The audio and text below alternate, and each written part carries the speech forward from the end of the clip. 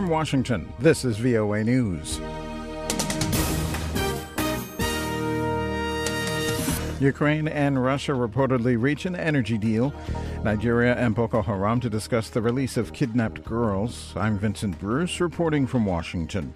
Ukraine's President Petro Poroshenko has disclosed details of an energy deal reached with Russia. Україна буде з газом. Mr. Poroshenko described details to Ukraine media Saturday. He said the rate is nearly $100 less than Moscow was charging Ukraine in June, $385 per cubic meter of natural gas through the winter months.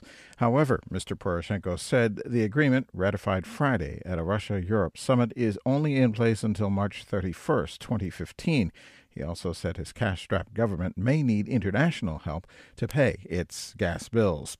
The Nigerian government says it plans to talk with Boko Haram this coming week about the terms for the release of more than 200 schoolgirls the militant group kidnapped in April. The two sides agreed to a ceasefire Friday. Top Nigerian presidential aide Hassan Tukur told VOA's Hausa service on Friday that the militants have agreed in principle to free the schoolgirls who were taken in Borno State. Reports of new deadly attacks on Borno State villages Friday and Saturday raised speculation that the militant group was already violating the ceasefire, but Nigeria's government tells VOA the ceasefire has not been broken. U.S. President Barack Obama has called on Americans not to give in to Ebola hysteria or fear, urging people to keep the situation in perspective. In his weekly address Saturday, President Obama said the U.S. may see more isolated cases of the deadly disease, but he is absolutely confident that officials can prevent a serious outbreak in the United States. This is VOA News. Hong Kong's government says it will likely begin talks with student demonstrators on Tuesday. A few days ago, Hong Kong Chief Executive Leung Ching-ying said he had been seeking ways to resume talks with protest leaders that stalled earlier this month after the government backed out.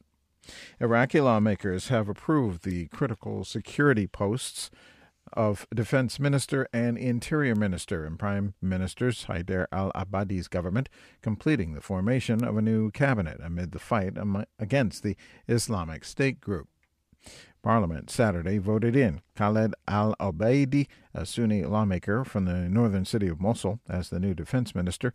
Mohammed al-Gaban, a Shiite lawmaker from a powerful political bloc, was elected interior minister. U.S. Secretary of State John Kerry and China's State Councilor Yang Jiechi have pledged cooperation on combating terrorism, the Islamic State, and the spread of the Ebola virus. They met during a second day of talks Saturday in the U.S. city of Boston, Massachusetts. Just as it seemed the Roman Catholic Church might ease its stance on homosexuality, bishops from around the world removed language doing just that from a new Vatican document. The final version of the document was issued Saturday at the close of a 2-week assembly or synod of 200 Catholic bishops. Ethnic Sahrawis from the Western Sahara conflict living in refugee camps in the Algerian desert reportedly are undergoing human rights violations. Selah Hennessy reports for VOA from London.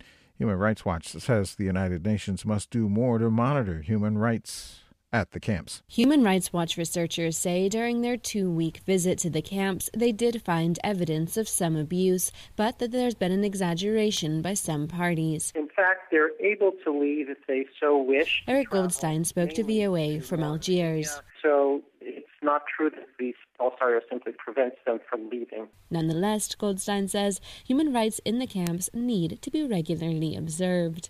According to the UN, there's up to 125,000 refugees living in the camps. The refugees endure harsh desert conditions and have limited job opportunities. Selah Hennessy for VOA News, London. Residents of the island nation of Bermuda have survived the worst of the passing Hurricane Gonzalo with no deaths and only minor injuries. Gonzalo struck Friday night into Saturday with massive rains and 175-kilometer-per-hour winds, tearing off roofs, uprooting trees, and knocking out power to most of the island chain. The storm is moving north and is expected to pass near the coast of Newfoundland, Canada. I'm Vincent Bruce reporting from Washington. That's the latest world news from VOA.